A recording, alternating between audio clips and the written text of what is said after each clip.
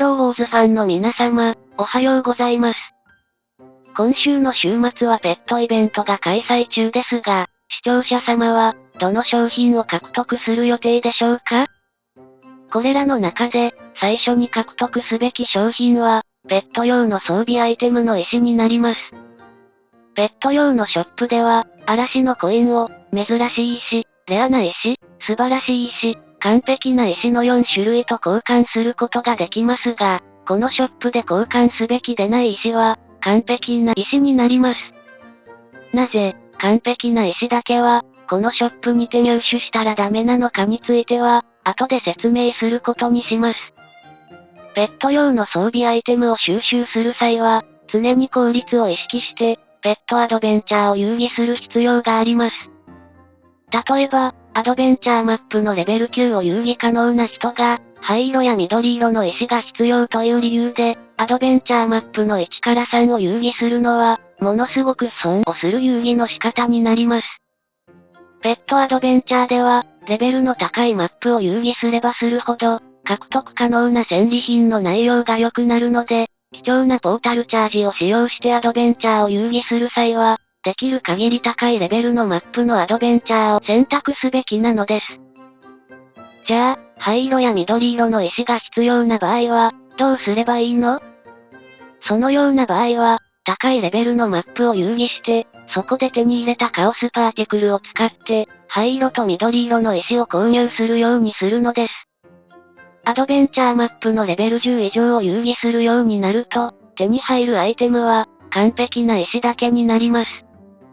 ここで注意したい点として、ペットアドベンチャーのマップ10以降を遊戯するようになったら、珍しい石、レアな石、素晴らしい石が必要になっても、決してマップ9以下の遊戯をしないということです。灰色、緑色の石が必要な際は、カオスパーティクルで購入するようにして、青色の石や、紫色の素晴らしい石が必要になったら、ペットイベントのショップで大量にそれらの石を調達する方法が、最も効率の良いペットの育成方法なのです。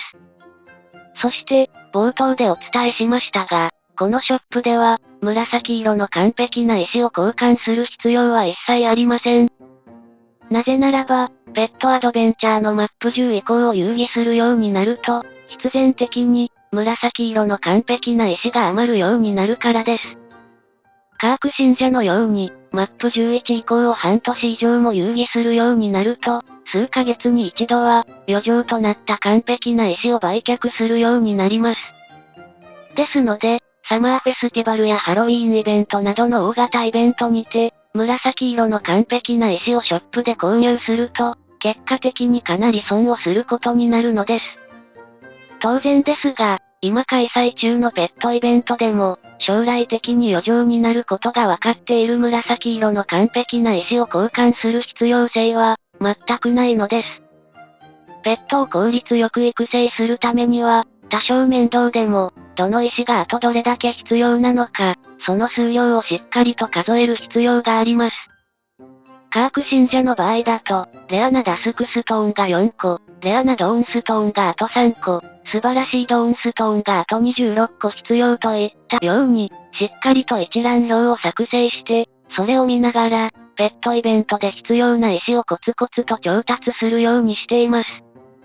ヒーローウォーズの経験が浅い人の場合、わざわざ低いレベルのアドベンチャーマップを遊戯して、灰色や緑色の石を手に入れようとする人を見かけることがあります。もし、視聴者様のギルド内で、そういった非効率的なアドベンチャーの仕方を見かけた場合は、はっきりとギルドメイトにこのことを伝えてあげるようにしてください。話をまとめるよ。ペットの育成に必要なアイテムで、灰色と緑色の石は、カオスパーティクルを使って購入するようにします。そして、青色と紫色の素敵な石は、ペット系イベントのショップで手に入れるようにすれば、最も効率よくペットを育成することができるのです。このように、少しずつでもいいので、将来必要となる石をこのイベントで集めるのが、カーク信者のささやかな楽しみなのです。それでは、今回も動画を最後までご視聴していただき、ありがとうございました。また次回の動画でお会いしましょう。